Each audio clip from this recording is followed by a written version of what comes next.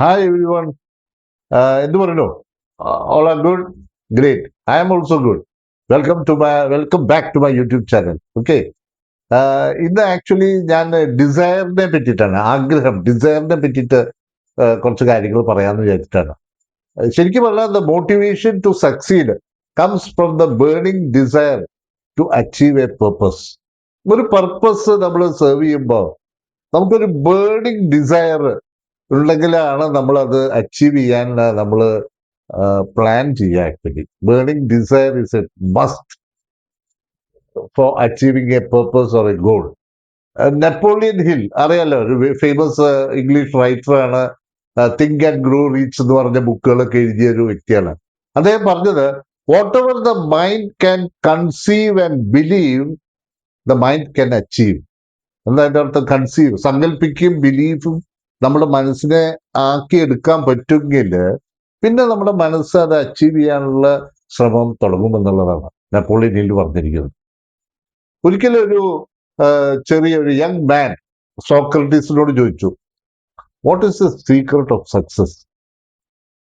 അപ്പൊ അദ്ദേഹം ചിരിച്ചോണ്ട് കൊണ്ട്, ഒരു കാര്യം ചെയ്യും, നീ നാളെ രാവിലെ പുഴയരികിൽ, റിവറിന്റെ സൈഡിലൊന്ന് വാങ്ങും, പുഴയരികിലേക്ക്. അപ്പോ പുഴയരികിലേക്ക് വരാൻ പറഞ്ഞു. അപ്പൊ അദ്ദേഹം രാവിലെ രണ്ടുപേരും പുഴയരികിലെത്തി.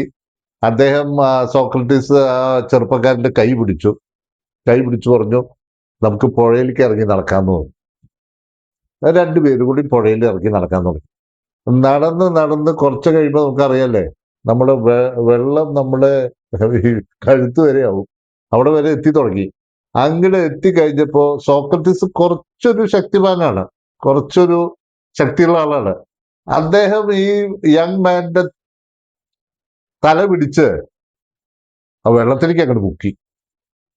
ഒന്ന് ആലോചിച്ച് നോക്കുക നമ്മുടെ സ്ഥിതി ഒന്ന്. നമ്മളെ മുങ്ങുമ്പോ എന്തായിരിക്കും? അവനാകെ വിഷമിച്ച് കുതറാൻ തുടങ്ങി. അവനൊന്നും ചെയ്യാൻ പറ്റില്ല. അയാള് ശക്തിയായിട്ട് താഴെ പിടിച്ചോണ്ടിരുന്നു.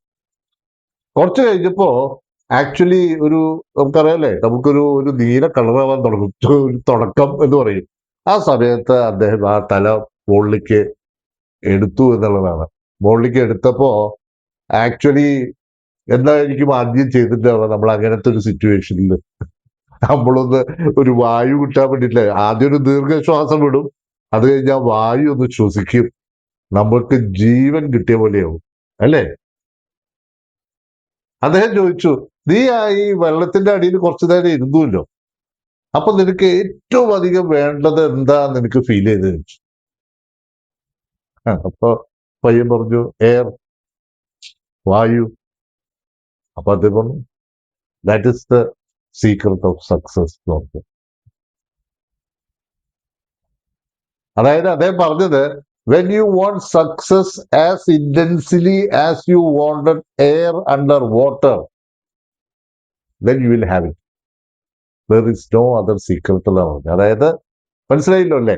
നമ്മള് വെള്ളത്തിന്റെ അടിയിൽ നമ്മൾ തല ഇരുന്ന് കുറെ നേരം ഇരിക്കുമ്പോൾ നമുക്കൊരു എയർ കിട്ടണം എന്നുള്ളൊരു ബേണിംഗ് ഡിസയർ വളരെ വളരെ ഒരു ആവശ്യം വരും അല്ലേ? അങ്ങനെ ഒരു ആവശ്യം വരണം, അപ്പോഴാണ് നമുക്ക് സക്സസിലേക്ക് എത്താൻ പറ്റുക. There is no other secret എന്നാണ് അദ്ദേഹം പറഞ്ഞിരിക്കുന്നത്. A burning desire is the starting point of all accomplishment. ഒരു ബേണിംഗ് ഡിസയർ ആണ് ആദ്യം വേണ്ടത് എന്ത് കാര്യം സാധിക്കാനുള്ളത്. ബേണിംഗ് ഡിസയർ, അതായത് just like a small fire cannot give much heat. Small ഫയറിന് അത്ര ചൂട് കൊടുക്കാൻ പറ്റില്ല. Just like a small fire cannot give much heat, a weak desire cannot produce great results. ഒരു വീക്കായിട്ടുള്ള ഡിസയർ, ആഗ്രഹം ഒരിക്കലും വലിയ വലിയ റിസൾട്ടുകൾ ഉണ്ടാക്കാൻ സഹായിക്കില്ല. അതാണ് ഈ കഥയുടെ സാരാംശം.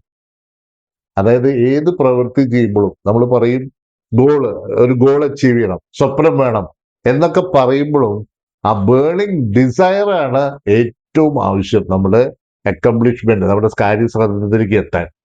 Burning desire is going to be the biggest. അതാണ് ഒരു വഴി സക്സസിലേക്ക്, ഏറ്റവും വലിയ സക്സസിലേക്ക്. So, friends, I'm just going to wind up today.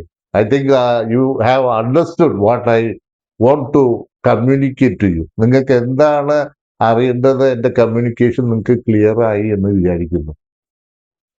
Just share this to your children because കുട്ടികൾ തുടക്കത്തിൽ തന്നെ ഇങ്ങനത്തെ കാര്യങ്ങൾ മനസ്സിലാക്കുമ്പോഴാണ് പഠിത്തത്തിനെക്കാട്ടിയും ഇമ്പോർട്ടൻസ് ആണ് ഇങ്ങനെ കുറേ കാര്യങ്ങൾ. So just share it to your loved ones, your small ones, your children.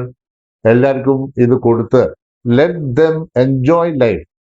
Life enjoy ചെയ്യുന്നുണ്ടെങ്കിൽ ഇങ്ങനത്തെ കുറച്ച് കാര്യങ്ങൾ ചെയ്തേ പറ്റൂ. You have to enjoy the life. You want to enjoy life.